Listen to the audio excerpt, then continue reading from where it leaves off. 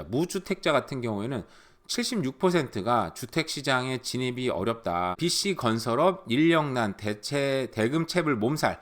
자, 5년 동안 연봉이 21%. 그러니까 건설업이 굉장히 힘들다라는 얘기고요. 공급 자체가 좀 어떻게 보면 이제 그 지난 몇 년 동안에 이제 공급이 꽤 되고 있고 잘 되고 있고 정부에서도 막 그죠? 그 이제 렌트 빌딩들을 많이 짓고 있어 좋게 된다고 하지만 제가 이제 오늘 기사 찾지는 않았는데 그렇게 계획대로 잘 우리가 그런 걸 본 적이 없는 것 같아요. 그죠? 뭐 캐나다 정부든 한국 정부든 뭐 어느 나라든 간에 정부에서 어떤 뭐 그 주택 플랜을 만들었는데 그게 잘 됐다. 그리고 그렇게 한 국가들도 있죠. 국민주택 같은 걸 만들어가지고 싱가포르 같은 경우에는. 근데 싱가포르 빼고는 그 어느 나라도 그런 국가 주도의 어떤 렌트 하우스를 많이 줘서 그 나라의 어떤 주택난이 해결됐다는 걸 저는 본 적이 없거든요. 들은 적도 없고 싱가포르는 조금 왜 예인 것 같긴 해요. 근데 싱가포르는 정말 사실은 도시국가잖아요. 되게 다 작은 도시국가. 계획대로 원하면 잘할 수 있는. 물론 뭐 그 하나의 핑계가 될 수 있긴 하겠지만 그래서 혹시라도 아시면 저 댓글로 달아주시면 저도 한번 찾아볼게요. 하지만 어쨌든 간에 오늘 얘기하고 싶은 얘기는 그런 계획들이 잘 되지 않고 있는데 실제로 BC주에 있는 건설업들이 굉장히 힘들다. 연봉이 21%나 인상이 됐지만 인력 부족은 여전하다. 그런 기사예요. BC주의 최대 산업 건설업 BC주 최대 산업 중에 하나라고 합니다. 생각해보면 너무 당연하죠. 사람이 굉장히 많이 BC주는 몰려오고 있으니 다른 것보다 집을 만들어서 팔고 집을 또 거래하고 이런 산업이 굉장히 뭐 좋은 산업 중에 하나였다는 생각이 드는데 인력 부족은 고질적인 문제였었는데 하지만 지금은 점점 더 힘들어지고 있고 그리고 BC주 소재 건설사의 규모는 평균적으로 15% 감소했다고 합니다. 그러니까 이 산업 자체가 좀 힘들어지고 있다라는 얘기인 거죠. 인력난이 계속되면서 건설업계 임금은 빠른 속도로 올라가고 있는데 건설의 평균 연봉은 5년 동안 자 21%가 올랐다고 합니다. 평균 연봉이 74,800달러. 와, 평균이면 이거보다 더 많이 받는 사람도 많고, 그죠? 그리고 저도 아는 사람이 공사 뭐 하는데 잘 모르지만 그래서 그냥 가서 허드렛 일만 해도 돈을 꽤 많이 이제 받을 수 있다 그러더라고요. 한국도 이제 그 뭐죠? 저도 이제 소위 말해 우리 이제 공사장에서 일하는 거 저도 대학교 때 많이 가진 않고 몇 번 갔었는데 그 당시에도 일당이 5만 원 정도 돼가지고 힘들지만 하루 일하고 오면 그래도 꽤 괜찮은 용돈이 됐었던 기억이 나는데 여기도 그런 마찬가지인 것 같아요. 어쨌든 이 건설업이 힘들어지면 앞으로 주택 공급은 뭐 장기적으로 중장기적으로 봤을 때 좀 힘든 부분도 있겠다. 그래서 BC주는 그 건설협회에서 한 얘기예요. BC 정부는 공사대금 대체 문제를 채불 문제 해결할 수 있는 법안을 통해 기업과 업계를 보호해야 한다. 이게 나왔어요. 그럼 이게 딱 들으면 그런 생각이 그걸 왜 정부에서 뭐 보증을 하고 정부에서 왜 도와줘야 돼? 민간업체인데? 라고 생각을 할 수 있죠. 그죠? 어쨌든 이런 건설업계가 굉장히 힘들기 때문에 앞으로 좀 어떤 건설의 주택 공급의 문제가 좀 있을 수 있겠다라는 생각이 좀 들기는 하고요. 자, 무주택자 같은 경우에는 76%가 주택시장에 진입이 어렵다. 주택 소유는 손에 닿지 않는 느낌이다라고 얘기를 했다고 해요. 정말 이게 정말 저도 집을 갖고 있지만 이해가 돼요, 사실은. 그리고 제가 요런 걸 간접적으로 느낀 게 뭐였냐면 어제 제가 이제 총영사관에 갈 일이 있어가지고 갈 생각을 하고 이제 가게 됐는데 갔다 올 때 차가 많이 밀릴 것 같아요. 제가 이제 스카이트레인을 탔어요, 오래간만에. 스카이트레인 거의 안 타고 다니는 스타일인데 탔죠. 근데 중간에 어떤 사고가 났다 그래가지고 중간에 그 운행이 멈췄어요. 그래서 내려서 버스를 타고 대체 버스가 운행이 되잖아요. 역들 사이에 그 버스를 타고 조이 스테이션에 내려가지고 다시 다운타운까지 가는데 약속 시간을 지키기가 너무 힘들었는데 겨우 가까스로 정말 지켰어요. 막 뛰어가지고 제 허리가 너무 아픈데 요즘에. 근데 그 사이에 느낀 게 스카이트레인 타고 다니는 사람은 이제 여기가 이제 무슨 라인이죠? 엑스포 라인이죠. 엑스포 라인은 정말 많고 정말 대다수가 이민자들. 그 버스를 타는 데서 그 질서가 무너지더라고요. 처음엔 질서 있게 타다가 한 번 딱 무너지니까 와 몰리면서 막 밀치고 하면서 버스 겨우 탔는데 한국에서 버스 타던 기억이 또 났어요. 갑자기. 이 나이에 갑자기 그런 걸 느끼다니 막 생각했는데 이민자의 삶이 참 쉽지 않다라는 생각이 어제 좀 간접적으로 느꼈어요. 그걸 보니까. 그렇게 벌어오는 돈들이 다 또 그 렌트비로 나가버리면 정말 이민자들의 삶이, 그리고 직장에서 뭐 대우는 잘 받냐? 그럼 다행인 건데, 저도 경험해봤지만, 이민 초기에는 사실은 또 뭐 영어도 잘 못하고 하다 보니까, 외국인보다는 한국 사람들이랑 같이 일하게 되는데, 한국 사람들이 또 한국 사람 대할 때 또 잘해주냐? 또 그렇진 않죠. 물론 또 가게를 운영하시는 분 얘기 들어보면 또 얘기는 다르겠죠. 그럴 수밖에 없고, 그렇게 뭐 또 그것도 업계 뭐 평균적으로 대하는 걸 수도 있고, 그죠? 입장 서로 다를 것 같긴 한데, 어쨌든 이런 상황에서 집값이 지금 너무 오른 거죠. 그래서 아까 제가 볼 때는 집을 많이 못 줘서 소위 말해서, 그러니까 연봉이 인상이 돼서 건설업 비용이 올라가서 집값이 올라갈 것 같지는 않아요. 제가 볼 때는 제 생각이에요. 저는 뭐 경제 전문가는 아니니까, 그냥 제가 근데 여러 가지 뭐 나라들의 어떤 그런 기사들이나 역사나 이런 걸 막 봤을 때, 요것 때문에 집값이 올라가는 건 아니고, 결국은 연봉이 올라가서 기업들이 이제 힘들어지면서 공급이 어려워지는 거죠. 공급이 어려워지고, 왜냐하면 지금 집을 주택을 해봤자 사람들이 집을 사기가 너무 힘든 거예요. 지금 우리 다 알지만 어폴더빌리티가 굉장히 낮은 상태잖아요. 그러니까 집을 사기가 힘들어. 집을 지금 원가에 맞게 공급을 해도 분양이 잘 안 된다는 거죠. 제가 얼마 전에 분양시장 갔다 와서 뜨겁지만 힘들어. 그건 나중에 얘기 한번 해보겠습니다. 기회가 되면. 그래서 결국 이 원가가 올라와서 집값이 올라가는 게 아니라, 원가는 올라갔지만 집을 적정한 선에 지으려고 그러니까 소위 마진을 줄이는 거죠. 마진을 줄여서 건설업들은 힘들고 파산하는 기업도 생기겠죠. 그러다 보면 공급이 어려워지면서 나중에는 이제 그 공급 단가가 집에 대한 가격이 오르면서, 그런 건설사들도 그러면 우리가 마진을 더 남기면서 집을 줄 수 있겠네 하고 또 집을 짓는 시기가 오겠지만, 고사의 가격은 오르겠죠. 그리고 그 기간이 흐르면서 사람들의 어폴더빌리티는 시간이 가를수록 뭐 세이빙도 올라가고 여러 가지 생각도, 옛날에는 어떤 집이 10억이다. 말도 안 돼. 저 집은 도저히 살 수가 없어. 미쳤지 진짜. 저 집 어떻게 10억에 주고 사 했지만, 그 똑같은 느낌이 3년 4년 지나면 10억이면 살만하지. 10억이면 좋은 가격이네 라고 생각이 또 바뀌거든. 시간이 지나면. 사람들이 주택을 사기 시작하고, 그러니까 이제 그런 이야기로 이제 가격이 오른다고 생각은 들어요. 아니면 그 사이도 집값이 떨어져서 어폴더빌리티가 올라가서 집값이 또 지탱이 될 수 있는 부분이 있을 수도 있고요. 여러 가지 시나리오상 저는 이제 중장기적으로 봤을 때는 분명히 오를 것 같다라는 생각이 드는데, 그 사이에 가격이 떨어질 때 어떻게 보면 집살도 좋은 기회가 될 수도 있는데, 모기지가 높아서 여전히 집 사기는 어렵다라는 생각이 들긴 합니다만, 어쨌든 중장기적인 어떤 얘기를 해볼 때, 여기 보시면은 요 기사를 소개하다 보려고 보니까 딴 얘기를 좀 하게 됐어요. 자, 밴쿠버에 있는 집인데, 옛날에는 55,500불이었던 집이라고 합니다. 자, 55,500불인데 굉장히 오래전 얘기예요. 굉장히 오래전 얘기. 55,500불짜리 집이 얼마 전에 얼마에 팔렸냐면 2.5 밀리언. 2.5 밀리언이 리스트가 됐네요. 리스트가 된 거라서 팔리진 않았지만, 요 지역상 여기 오크리지 에어리어예요. 밴쿠버 다운타운에서 가장 부자 지역인 거죠. 그래서 아마 뭐 저 가격이 팔리진 않더라도 어쨌든 얼추 비슷하게 팔리겠죠. 그래서 보면은 거의 한 40배 가까이 오르는 가격이긴 해요. 그래서 정말 부동산은 정말 오랫동안 소유하면 되는데 그것도 쉬운 일이 아닌 거죠. 자, 집을 보십시오. 딱 봐도 오래돼 보이잖아요. 그죠?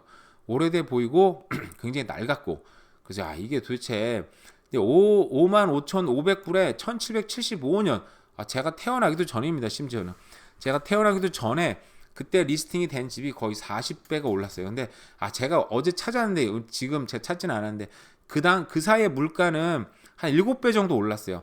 7배 정도 올랐는데 집 가격은 거의 40배가 오른 거예요. 그래서 부동산 역시 이제 그 인플레이션을 이기고, 소위 말하는 인플레이션 파이터고, 그리고 인플레이션보다 훨씬 더 많은 이익을 주는 자산인 건 분명한데, 집주인은 저는 뭐 잘 모릅니다만 사진을 보니까 여기 보시면은 굉장히 올드한 정치가 좀 느껴지지 않습니까? 그죠? 일단 여기 딱 보이는 워커. 이런 건 잘 안 둘 텐데, 이런 거 놓고 사진 찍는 거 보니까 이게 어떻게 보면 굉장히 생활의 필수품이신 거죠, 이분은. 그러니까 나이가 일단 연세가 좀 굉장히 오래되신 분이고, 그죠? 당연하게도. 그리고 이 낡은 피아노가 보입니다. 낡은 피아노. 여기 낡은 피아노가 있는 거 보니까 그리고 이 의자도 좀 오래된 의자들. 그리고 뭐 TV 같은 경우에도 보면은 좀 요즘에는 이제 젊은 사람이 큰 TV 놓고 보고 하기도 하는데 이제 좀 작은 TV도 있고 그래서 일단은 이런 워커와 피아노를 봤을 때 그리고 가구 여기 보이세요? 가구 이 올드한 이 약간 국방색 같은 이 느낌의 소파 같은 거. 아, 이제 연세가 좀 있으신 분이구나. 오래 사신 분이구나. 오래전에 사서 오랫동안 살아서 굉장한 이익을 보게 됐구나. 그리고 여기도 사실 좀 충격적인 게 옛날 기생충 영화 기생충인가요? 그죠? 보면은 그 화장실이 이제 그 토일렛이 이렇게 계단을 올라가게 돼 있지. 올드한 스타일인데 여기도 보면 그렇게 돼 있는 거예요. 이렇게 올라가게 돼 있는 거예요. 참 정말 오래된 스타일이구나. 오래된 집이구나라고 느끼긴 했어요. 근데 같은 집을 사더라도 저 비슷할 때 같은 5만 5천 불이라도 예를 들면 뭐 썰이나 랭리 산 분들은 저 정도 가격은 안 됐겠죠. 저 정도 가격. 근데 물론 사는 가격 자체는 더 쌌겠지. 밴쿠버니까 당시 5만 5천 불이었고 당시 썰이는 뭐 얼마 할까요? 뭐 2만 5천 불 할까요? 근데 이런 집들이 지금은 썰이도 저게 뭐 최소한 1.5 밀리언 정도 하니까 상승 자체는 거의 뭐 40배 올랐다 이런 건 얼추 비슷할 수 있겠네요. 그죠? 그러고 보면 또 비슷할 수 있겠다 생각이 들기도 해요. 근데 위치가 너무너무 좋아요. 하지만 여기 오크리지 몰이 들어오는 바꿔볼까요? 제가 완공되면 너무 가보고 싶은 오크리지 몰 스테이션도 있고 오크리지 몰 뭐 어마어마한 몰이 들어오고 있고요. 그리고 여기가 웨스트 아니다. 밴쿠버 웨스트죠. 밴쿠버 웨스트 지역. 가장 잘 산다는 지역에 있는 집이에요. 위치가 워낙에 좀 사기다. 위치가 워낙 좋다. 그러니까 저렇게 한 40배 정도가 올랐다라고 볼 수는 있겠죠. 그죠? 근데 뭐 꼭 거기가 아니더라도 아까 말씀드렸지만 비슷한 시기에 만약에 뭐 썰의 집을 샀든 뭐 랭리의 집을 샀든 코케의 집을 샀든 이거보다 쌌겠죠. 이거보다 싸게 단독주택을 사서 아마 지금 상승률은 거의 40배 오른 건 거의 비슷할 거다. 근데 이 집이 다른 집보다 확실히 적어요. 크기도 한 절반 정도밖에 안 되는 것 같고 그리고 뭐 가라지가 조그만 가라지가 쉐드하고 가라지가 있는 것 같긴 한데 근데 여기는 이 마당이 진짜 넓다. 그걸 땅값인 거죠 거의. 땅값으로 지금 어마어마하게 2.5 밀리언에 해서 엄청나게 뭐 결국 이익을 보게 됐다라는 뭐 이야기긴 합니다. 자, 근데 지금 저는 요즘에 이제 금리가 워낙 비싸니까 집 사기가 쉽진 않겠다라는 생각이 들고 하는데 지금 지난달에 밴쿠버예요. 밴쿠버는 이제 지난달만 해도 만 불이 올랐다라고 합니다. 만 불이 올랐다 그러면 겨우 만 불이야 생각할 수 있는데 밴쿠버에서 근데 1년이면 1억인 거예요. 1년이면 1억. 어마어마한 상승률이죠. 물론 밴쿠버 하우스 집값에 비하면 상승률이 미미할 수는 있겠지만 결국 아직도 집값은 오르고 있다라고 생각을 합니다. 근데 어제도 느꼈지만 밴쿠버의 삶이 너무 힘들어서 밴쿠버 어느 아파트 콘도인데 정부에서 이제 이 건설사에서 들어오시는 분들은 이제 프리 트랜짓 그러니까 그 150불을 이제 그 컴퍼스 카드에 넣어서 준다고 해요. 그 프리 트랜짓 파일럿 프로그램을 실시를 해서 이 반응이 좋으면 정부에서도 뭐 이렇게 도와줄 수 있는 뭐 요즘 정부에서는 집도 사서 도와주고 그리고 저속자를 위해서 렌트비 좀 도와주고 그리고 저런 프리 트랜짓도 이제 제공을 하는 그러니까 정부 지출이 점점 늘어나게 되는 거죠. 그런 정부의 보조금들이 늘어나는 건 또 좀 어쩔 수 없구나라는 생각이 좀 들었어요. 제가 오늘은 이제 일단은 준비한 뉴스는 여기까지인데 뭐 기본적으로 그런 제가 처음에 얘기했던 뭐 BC주의 건설업이 힘들어지는데 결국 임금이 인상돼 집값이 오른다 이건 아니고 공급이 결국 힘들어져서 그 공급이 힘들어진 것들이 결국 나중에 집값 상승이 일으키고 건설사들은 내 마진이 좀 올라가겠구나 그때부터 공급이 또 하기 시작할 텐데 그리고 그 사이 동안에는 소비자들은 뭐 합니까? 돈을 세이빙하면서 기다리겠죠. 그래서 인식이 또 바뀌어요. 10억짜리 집이 너무 비싸도 못 산다 했지만 지금부터 3년 뒤에 세이빙도 올라가고 내 임금도 올라가고 그 사이에 또 결혼도 해서 수입이 뭐 2배로 되면 집을 살 수 있겠구나 라고 생각하기 들면 또 집을 사기 시작할 테고 그죠. 그리고 집 가격은 중장기적으로 또 오를 수밖에 없고 우리가 또 극단적인 예로 5만 5천 불에 샀던 이 집이 2.5 밀리언이 되는 어마어마한 일들이 있는 거 봤을 때는 부동산은 역시 또 중장기 투자하면 좋다라는 생각이 듭니다. 비싼 도시들을 한번 보도록 할게요. 여기 보시면은 약간 색깔이 이제 시커멓게 변할수록 이제 더 비싼 지역들이고 이제 빨갛게 변하다가 시커멓게 변해요. 그러니까 제일 싼 지역도 이렇게 파란 선 있죠. 파란색 에드먼턴, 사스카추안, 뭐 세인트 존 이런 데가 이제 가장 싸다기보다는 저렴한 지역인 거죠. 내륙 지방들. 미국도 이렇게 오클라호마 시티 같은, 그리고 시카고. 시카고 옛날에 엄청 번성한 도시였는데 이렇게 많이 추락을 했네요. 지금도. 어쨌든 이렇게 좀 이런 색깔들이 좀 상대적으로 저렴한 도시고요. 뭐 또 뜨고 그래. 그리고 이렇게 빨간색으로 변할수록 비싼 도시들, 빨간색 변하다 좀 더 검게 변하면 훨씬 더 비싼 도시들인데, 여기 보시면 일단 빨간색 도시들이, 그리고 밴쿠버 여기 좀 검게 변하고 있죠. 미국 전 세계에서도 탑에 꼽히는 지금 집 가격이에요. 사실 저건 이제 시리오 밴쿠버를 얘기하는 거라 저거를 뭐 다른 도시까지 다 하긴 그렇죠. 어쨌든 인접 도시들이니까 그냥 그렇게 이해하면 좋을 것 같아요. 자, 밴쿠버, 시애틀, 그리고 샌프란시스코, 로스앤젤레스, 샌디에고, 그리고 뭐 마이애미, 그리고 여기 뭐 보스턴, 그리고 뉴욕 이죠. 자, 이렇게 뭐 콜럼버스 있고, 그죠? 토론토 비싼 도시고, 그죠? 자, 요렇게 제가 지금 쭉 이렇게 도시들을 좀 읽었잖아요. 여기가 굉장히 비싼 도시들인 거죠. 뭐 휴스턴, 뭐 올랜도 이런 데보다도 빨간색으로 변한 데도 비싼 도시니까, 딱 보니까 이게 확실히 어떤 뭐죠? 특징들이 몇 가지 있더라고요. 보니까 제가 방금 얘기했던 비싼 도시들, 뭐 밴쿠버, 시애틀, 샌프란시스코, 로스앤젤레스, 마이애미, 보스턴, 뉴욕, 토론토, 여기에 이제 북미에서 가장 비싼 도시들 중에 들어가는 건데, 여기 특징들이 결국은 이제 해안 도시라는 거, 그죠? 해안 도시라는 거. 물론 서부에 비하면 동부 도시에 이런 뭐 토론토나 뉴욕이나 보스턴에 비하면 여기 서부 해안 도시들이 더 많이 들어가 있긴 해요. 여기 아무래도 서부 해안 도시들은 인구가 여기 좀 밀집될 수밖에 없는 게, 제가 이거 사실 길게 얘기하려다 되게 짧게 얘기하려고 생각을 바꿨어요. 주변에 숲이나 사막이나 바다나 뭐 밴쿠버 같은 데 국경으로 막혀 있다 보니까 도시가 확장하는데 한계가 있어요. 근데 다른 뭐 토론토나 다른 도시 보면 그 주변에 평원이란 말이죠. 평원이다 보니까 평원은 아니겠지만 도시가 확장성이 되게 강하거든요. 보면 얘기 여러 번 했죠. 그런 한계가 있다 보니까 사람들이 좀 몰릴 수밖에 없고, 그리고 해안 도시다 보니까 기후가 굉장히 온화하고, 마이애미도 그렇죠. 마이애미는 저 가본 적 없지만 여기는 뭐 거의 겨울이 뭐 없다고 들었는데 마이애미 한번 가보고 싶긴 한데 저도 굉장히 따뜻한 도시잖아요. 남쪽 도시들이니까 이런 도시들이 이제 사람들이 많이 몰릴 수밖에 없고, 근데 여기에 또 항구 도시들이 있다 보니까, 근데 날씨는 따뜻하고 좋은데 항구가 마땅치 않으면 일자리가 생길 수가 없잖아요. 물류가 일어나고 사람이 오고 일자리가 생겨야 되는데, 그죠? 뭐 그렇게 따뜻한 걸로만 따지면 요즘 휴스턴이나 오스틴이니 이런 도시도 더 많이 달랐어요. 요즘에 엄청 뜨고 있죠, 남부 도시들이.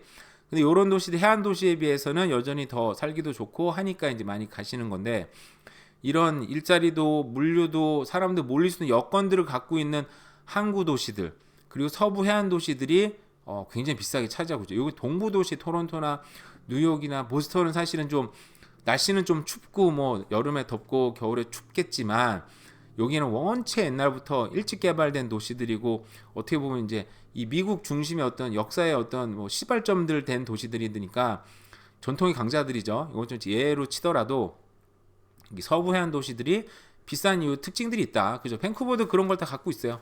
항구 도시고, 그죠? 우리가 항구 도심을 맨날 입고 살지만 굉장히 물류가 좀 많이 몰리는 곳이기도 하고요. 거기 그러다 보니까 이제 밴쿠버 다운타운에는 좋은 일자들이 또 몰려 있고 사람들이 몰리고, 그 지역이 한정적이고, 그죠? 뭐 LA 같은 경우 워낙 대도시라 한정적이다라고 표현하기 애매하긴 한데, 근데 이제 그 도심을 벗어나면 거기도 사막이나 산으로 막혀 있잖아요. 그죠? 그러니까 동부에 비해서는 도시가 만들어지는 데가 이제 한계점들이 있다 보니까, 도시가 여기는 띄엄띄엄 있잖아요. 샌프란시스코, 로스앤젤레스, 샌디에고, 큰 도시들이 약간 꼭 이렇게 얘기하긴 그렇긴 한데 좀 상대적으로 또 띄엄띄엄 있고, 동부 도시들은 상대적으로 좀 많이 몰려 있고, 그죠? 그런 특징들이 있더라. 뭐 그래서 서부 해안 도시가 밴쿠버 저는 서리 살고 있습니다. 네, 요거 갖고 뭐라 그러는 사람이 있어서, 네, 밴쿠버 사는 우리가 참 살기 쉽지 않은 도시에 있다. 굉장히 비싼 도시. 하지만 여러 가지 장점이 있는 도시니까 사람이 몰릴 수밖에 없다. 뭐 그렇게 이렇게 이해를 하시면 좋을 것 같고요. 그리고 자, 요거는 제가 이제 예전에 한번 찾았다가 이게 얘기를 뭐 못 하다가 요번에 좀 다른 기사가 떠가지고 같이 한 거예요.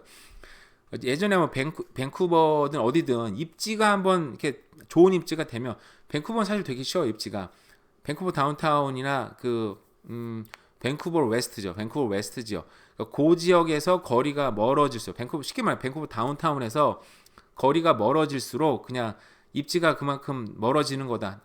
좋지 않아진다. 가까울수록 좋다. 되게 단순하게 생각하면 좋다 그랬잖아요. 그죠?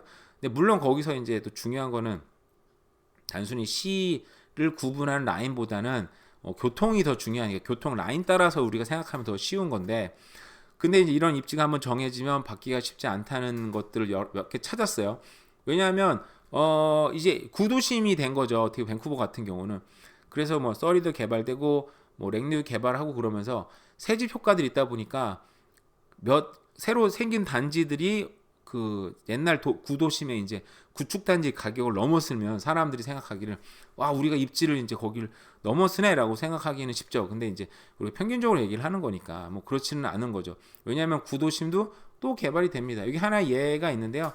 나나이모 스테이션 주변에 정부에서 11개 집을 사서 거기를 개발한다고 합니다. 나나이모 스테이션 제가 이제 옛날에 어학연수 할 때도 제가 메트로타운에 저는 자취를 했어요. 그 다운타운으로 이제 어학원을 다녔었죠. 근데 다닐 때 늘 생각나는 게 좀 이해가 안 가는 게 역 주변이 너무 헐렁해, 한랑해, 아무것도 없어.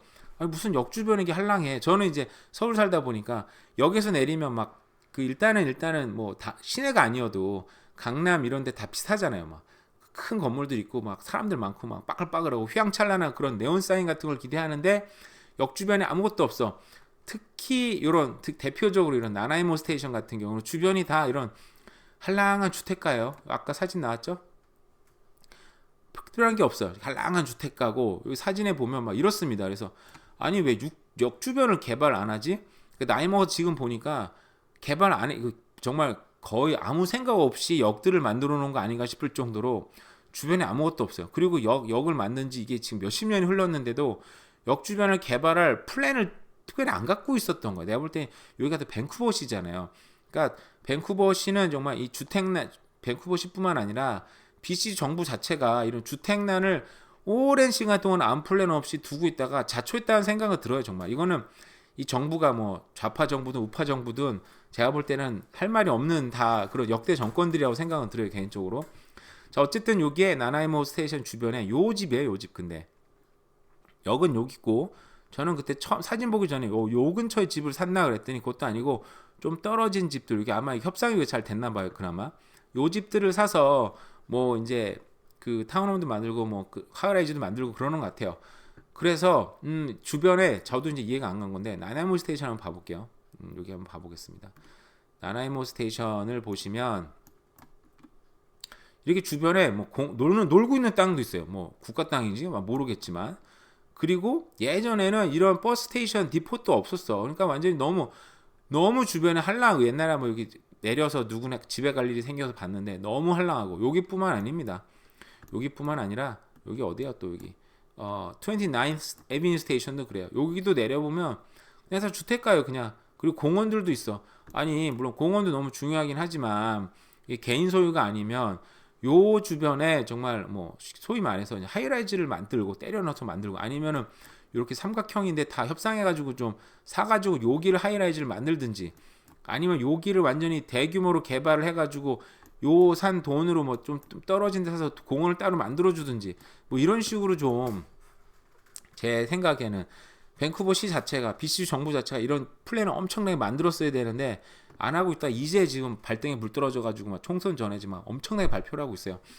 이게 답답한 거죠. 이게 왜 그렇게 안 해놨나 보니까 정부도 이렇게 하려면 여기에 이제 통신시설, 하수도, 학교, 병원 이런 게 다 전체적으로 개발이 돼야 되다 보니까 그리고 사람들이 관심도 없었죠. 부동산 가격이 올라가니까 다들 그냥 좋아라 그냥 있었던 것 같기도 하고 답답한 부분이 있는데 어쨌든 그래서 이렇게 고심지가 또 다시 개발이 되고 있고 플랜들이 지금 엄청나게 나오고 있어요. 그래서 주변에 이제 여기가 나나이모 스테이션이 나중에 개발이 되면 요렇게 개발이 된다고 합니다. 주변이 이제 이렇게 하이라이즈를 꽉 차게 되는 거죠. 이걸 진작에 했었어야죠. 그죠? 이 조닝을 미리 다 바꿔놓고 그러니까 제가 볼 때는 정부 주도를 하려고 그러니까 이게 안 되는 거죠. 그냥 애초에 조닝만 싹 바꿔주면 민간 개발자들이 들어가서 알아서 협상하고 알아서 빌딩 올리지 않았을까? 라는 생각이 들어요. 자, 캐나다다운 굉장히 느린 발상이었구나 라는 생각이 들기도 하고요. 자, 나나이모가 이렇게 개발이 되고 또 자, 여기는 이제 버나비 메트로타운이 이제 우리 알겠죠. 뭐 이미 많이 개발된 지역이긴 하고 어떤 분이 메트로타운 되게 낡았다고 여기가 뭐 슬럼화가 진행된다느니 막 그런 얘기 하더라고요. 저는 너무 궁금했어요. 제가 직장을 밴쿠버 이사 와서 1년 반 정도를 메트로타운 근처로 직장을 다녔거든요. 그래서 도대체 어디가 슬럼화가 되고 있지? 물론 이제 거기서 뭐 말싸움하고 따질 입장은 아니어가지고 그냥 그래요? 그냥 그러고 말았었는데 물론 올드한 아파트들이 있어요. 근데 올드한 아파트들보다 정말 몇 배가 많은 숫자의 새로운 콘도가 막 올라가는 지역이라 밴쿠버 다음으로 되게 뭐라 해야 되나 직장도 많고 커머셜 지역으로는 밴쿠버 다운타운 이로 제2의 개발되는 가장 번성한 지역인데 무슨 근거로 얘기하는지 궁금하긴 하지만 어쨌든 거기서는 말을 아꼈고요. 일단 밴쿠버 다운타운 메트로타운 지변이 엄청나게 개발돼서 나중에는 뭐 이렇게 개발이 된다고 합니다. 주변이 앞에 얘기가 많아요. 근데 뭐 다 읽을 필요는 없는 것 같고 지금도 역 뒤로는 이제 하이라이즈가 빽빽빽하게 있는데 요 하이라이즈들이 이제 메트로타운 그 몰에 있는 몰이 확장이 되고 레노베이션 되면서 그 위에 같이 세워진다 그러더라고요. 그러니까 여기 덴시티가 이제 굉장히 높아지는 거죠. 근데 저는 이제 개인적으로 옛날에 그 어학연수한 그 추억이 있어서 그런지 제 마음속에 가장 선호 지역은 어쨌든 메트로타운이긴 해요. 그러니까 나는 나중에 혹시라도 부자가 되면 나는 메트로타운에 살고 싶다. 그런 생각을 늘 하긴 하거든요. 근데 갈지는 못 가겠지만 어쨌든 그런 생각을 합니다. 그래서 메트로타운도 이렇게 변화가 된다. 진작에 이렇게 좀 하지. 진작에 좀 이렇게 하지. 그죠? 왜 이렇게 왜 역 주변에 이렇게 노는 땅들이 많은 거야 도대체. 정말 이해가 안 가더라고요. 그나마 이게 조이 스테이션 주변 옛날에는 진짜 여기 벌판이었었는데 여기도 그나마 좀 높은 빌딩들이 많이 있는데 조이 스테이션처럼 진작에 저렇게 개발했었어야지. 좀 이해가 안 가는 부분이 있어요, 솔직히 말해서. 근데 이제 뭐 이게 여기 보면은 꼭 여기뿐만 아니라 여기 어디죠? 그때 보니까 여기 에드먼드 스테이션도 요 근처에 이제 여기 뭐죠? 여기 까먹었다. 이름 알고 있었는데 여기가 전체가 다 개발되잖아요. 여기 사실상 여기 거의 신도시급의 어떤 프로젝트가 이미 시작했나요? 그죠? 근데 아쉬운 건 여기랑 좀 멀어. 여기랑 좀 멀어. 그래서 여기 이 주변 끝에는 사실상 걸어가기는 힘들고 그죠? 버스 타고 가야 될 것 같고 여기 개발되는 맨 앞쪽 지역은 아마 그래도 걸어 다니긴 할 수 있겠죠. 뭐 그런 것들이 좀 아쉬운 거죠. 그래서 이제서야 이제 많은 이제 개발 계획들이 나오는 게 그래도 메트로타운 썰이 보면 메트로타운이란다. 이 엑스포 라인의 주변은 이미 이제 조닝을 이미 바꿔놓고 이제 개발할 준비가 되고 있잖아요. 보시면 여기 예를 들어서 152nd 에비 스트리트 같은 데 보면은 주변이 이제 다 상가 지역이잖아요. 그래서 여기가 이제 개발이 엄청나게 되고 그거 말고도 이제 많이들 이제 역 주변을 개발한다고 해서 결국은 이제 주택난이 엄청나게 오기 시작을 하니까 이제 역 주변에 대한 이제 어떤 새로운 인식관의 변화 그리고 역 주변 개발 안 하면 큰일 나겠구나 어떤 그런 발등에 불 떨어지다 보니까 BC 정부나 각 지자체나 시나 이제 역 주변에 이제 엄청나게 개발을 이제 소위 말해서 드라이브를 걸고 있는 것 같아요. 그래서 역 주변에 참 다시 물론 늘 역 주변은 늘 핫했지만 근데 아까 보면 이제 그 역 주변에 다 주택가다 보니까 투자를 하거나 집을 살 수도 없었잖아요. 근데 요즘에 이제서야 이제 거의 역 주변에 하이라이즈는 엄청 생기니까 그나마 뭐 살 수 있는 물건들이 들어가겠죠. 물론 거기도 더 부자들이 더 투자처가 되긴 하겠지만 어쨌든 역 주변에 이제 새롭게 개발되는 거를 우리가 주목을 해야 될 때가 물론 주목해 왔지만 앞으로 정말 더 주목을 해야 된다라는 생각이 좀 들고 이런 개발 계획들이 많이 나오는데 이제는 개발을 안 할 수가 없으니까 BC 정부나 개발을 안 할 수가 없으니까 이제 엄청나게 개발할 수밖에 없다. 특히나 이제 서리 센트럴 같은 경우도 우리가 눈에 보이는 요 지역을 완전히 다 부시고 새로 짓는 거라 여기는 투자할 여건은 많은데 물론 이제 집가격이 오르기 쉽지 않을 것 같아요. 왜냐하면 소위 말하는 이제 여기는 공급 폭탄 지역인 거예요. 앞으로 향후 20년 동안. 어쨌든 그래도 살 수 있는 투자할 수 있는 여건들이 그나마 좋은 데가 물론 이제 썰이 오시면 당연히 우리 카레 좋아하시는 나라 사람들의 상대할 수 있는 그런 마음의 각오는 좀 하고 들어야 되겠지만 여러 가지 생각이 듭니다. 그래서 어쨌든 오늘은 뭐 전체적으로 밴쿠버가 왜 비싼 도시로 이렇게 남아 있는지 계속 그리고 역주변이 이제 본격적으로 개발의 시대가 열린 것 같다. 그래서 역주변을 주변에 좀 집중을 하자라는 생각으로 들어서 영상을 남겨봤습니다. 어쨌든 날씨가 요즘에 참 좋은데요. 남은 하루도 잘 보내시고 주말에도 뭐 어떻게 될지 모르겠지만 제가 또 찍을지 모르겠지만 어쨌든 남은 주말도 앞으로 오는 주말도 잘 보내세요. 네, 감사합니다.